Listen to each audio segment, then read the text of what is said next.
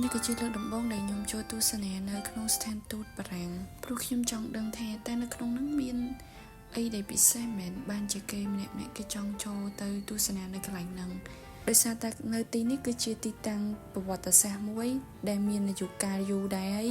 នៅក្នុងប្រទេសយើងហើយនេះគឺជាទស្សនវិជ្ជាជាក់ស្ដែងដែលខ្ញុំបានឃើញផ្ទាល់មានដើមឈើធំដែលមានអាយុកាលយូរឆ្នាំមកហើយក៏មានសត្វស្វាមានអីជាច្រើនដែរនៅក្នុងហ្នឹងរីឯបរិយាកាសនៅទីនោះវិញគឺវាល្អវាមានខ្យល់បរិសុទ្ធដែលធ្វើឲ្យយើងមានអារម្មណ៍ស្រស់ស្រាយហើយបំបត្តិទុក្ខកង្វល់អីផ្សេងទៀតទោះបីយើងមកម្នាក់ឯងក៏ដោយក៏អត់មានអារម្មណ៍ថាខ្លួនឯងឯកាយដែលមានអារម្មណ៍ថាសប្បាយរីករាយហើយនឹងទទួលបានបទពិសោធន៍ជាច្រើនដើម្បីអភិវឌ្ឍ mindset របស់យើងឥឡូវ skip ប៉ុណ្ណឹងសិននេះមើលវីដេអូដែលខ្ញុំដើរម្នាក់ឯងនេះថាវាសប្បាយប៉ុណ្ណា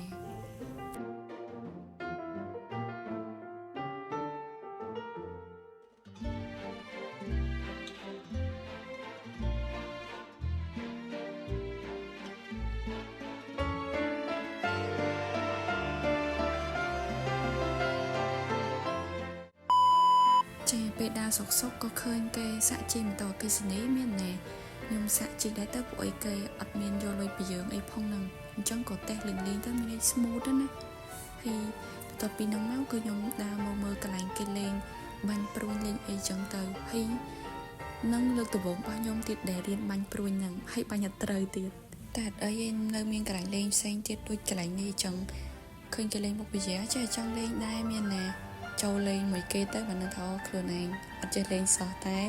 ស័កសុំគេលេងដែរជឿឲ្យសុខខ្មែរមានមួយតទៅពីលេងអីហើយមកដល់ពេលដែលខ្ញុំឃ្លានហ្នឹងខ្ញុំមករកទិញរបស់ប្លែកញ៉ាំព្រោះចង់សាកថាវារសជាតិមិនដែរមានណា